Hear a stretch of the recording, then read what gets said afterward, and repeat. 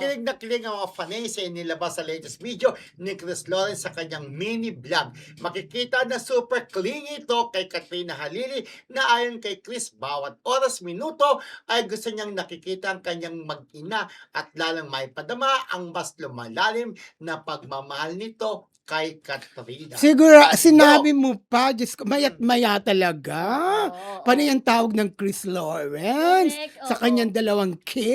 Parang hindi sila magkalayo, no? Nasa ibang bansa, pero ang communication tuloy-tuloy. Oo. Oo, at ibang-iba yan dahil sa interview ni Sheena Halili na pinsan ni Katrina Halili na pinsan ba? O tama, pinsan. Pinsan ba Minsan, siya? para alam magkasama ko. lang sila doon sa Alam dating ko, show. magkamag-anak sila, hindi ako magkamag-anak. masyadong sure. Okay. doon, Okay, Sabi ni, kinikilig naman ako sa inyo, sabi ni Sheena. Oh. Sabi niya ganun, dati, di ba, ayaw mo naman siyang makita? Sabi ni Sheena sa kanya. Ay, oo, pagka daw pumupunta daw si Chris sa bahay dahil nga kay Katie, dinadalaw niya, umaakyat daw talaga siya kaagad sa taas. Binisto yun, Oo, umakyat daw talaga na parang gumaganon lang daw siyang ganyan. Pero ngayon daw, syempre iba na. Gusto niya laging nandyan si Chris. Oo Gusto nga. lagi Oo. nakikita. Kaya nga lagi sila nagtatawagan, Oo. nagbi-video call. Correct. Diba? Parang Oo. parang di sila nagkita, no? Kailan lang umuwi si Chris.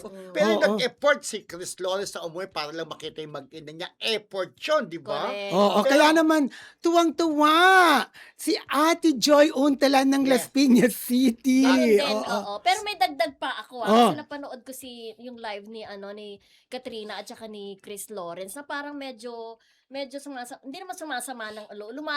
Lang sila, umaapila doon sa mga nagiging content, yung mga ibang content creator, kino-content din sila. Kumbaga, nababawasan yung viewers nila kasi kinukuha yung mga video nila. Ayan Parang na. sinasabi ni Katrina na parang, kaya pala parang nabawasan daw yung views dahil nga, Nakukuha ng iba. okay lang naman daw kung kaunti-kaunti, pero yung buong content naman Kinukuha na. daw, buong video naman daw, kinukuha na nung iba. Parang si Ah, Ivana cool. Alawi, di ba? Si Ivana Alawi, nananawagan din siya Yes. na sa mismong page niya o Oo. YouTube niya, doon sila manood. Oo, kaya Oo, i-share na lang yung wag link. daw doon sa mga Oo. na captured. Ginagawa kasi nila, ina-upload nila kuya, tapos Oo. nagiging content na nila.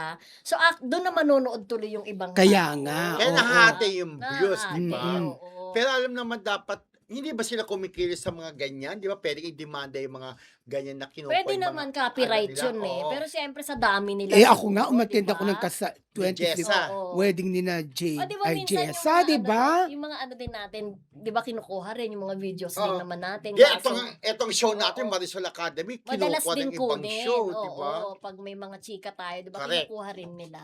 Pero, sana nga yung iba, wag naman yung buong video. Di ba? Mm-mm. Siguro magbalita lang sila ng kaunti o clip lang naman siguro dun sa video nila na ganyan. Mm-mm. Pero pati yung live nila, pati yung buong video nila, yung vlog nila, yung iba kinukuha talaga. Oo. Outro, hindi na raw natutulog si Chris Lawrence. Charot. Oo. Pero di Dahil ba, gusto, minsan naman yung mga vlog, may nakalagay yung pangalan nila, yung mga vlog. yung ngayon hindi na. Oo. Ayun eh.